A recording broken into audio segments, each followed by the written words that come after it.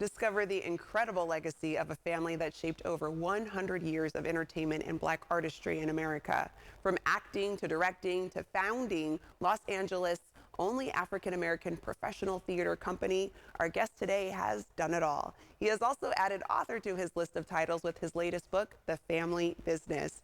Joining me now is none other than Wren T. Brown. Welcome, Wren. Thanks for joining us this morning.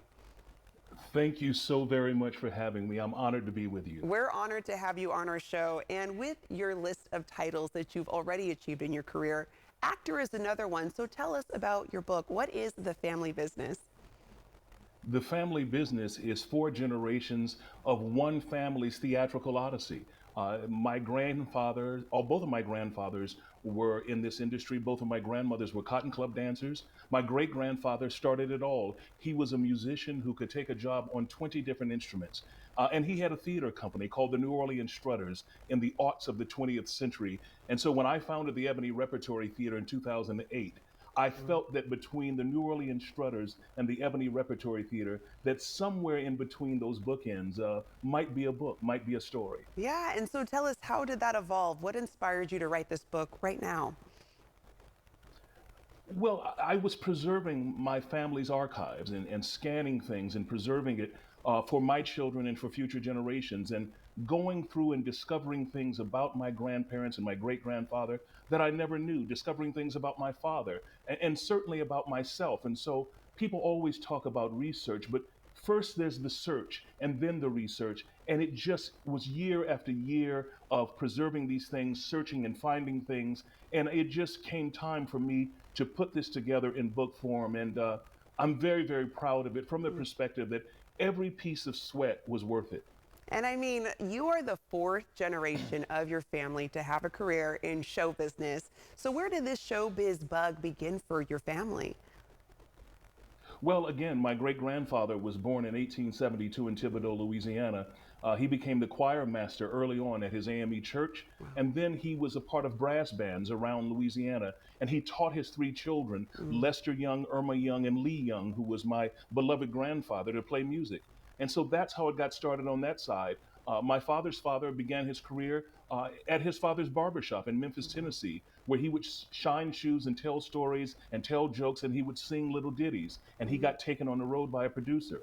My father's mother was a cotton club dancer who began her career in Mobile, Alabama, then to Pensacola, Florida, Philadelphia, where she worked at the Standard Theater, and then to New York during the Harlem Renaissance. And my father was born in Harlem Hospital, in 1932, and made his debut at the Harlem Alhambra with the great Cab Calloway when he was 4 years old in 1936. And so it's really, really, truly in the bloodstream. And it got to me when I was born in 1964, around 7 to 8 years old. I had a perpetual yearning for Wow. wanting to perform, for wanting to be a communicator, for wanting to be a storyteller. And that's how it kind of got started and got rooted in me. And Wren, I mean, your book spans over 100 years of history, particularly the history of Black artists in America. How has your family shaped the trajectory of Black artistry in the United States?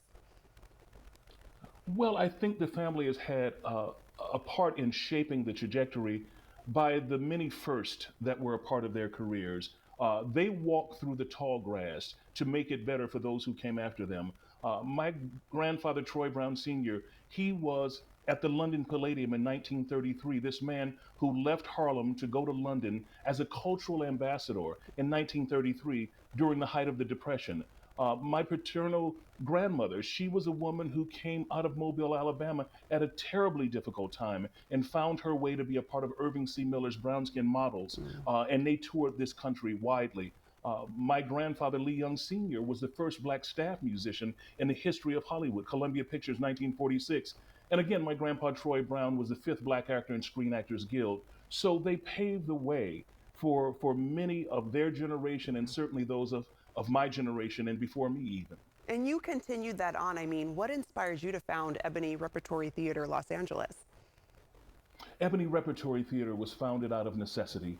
There was a dearth and a paucity in my feeling with Black images on stage where our community could see itself as whole in a situation where things were produced, directed, and written by Black people. So that vertical integration was very important to me, and that's when I started coming together with the late great Israel Hicks to found the Ebony Repertory Theater. And my definition of producer is one who produces opportunity.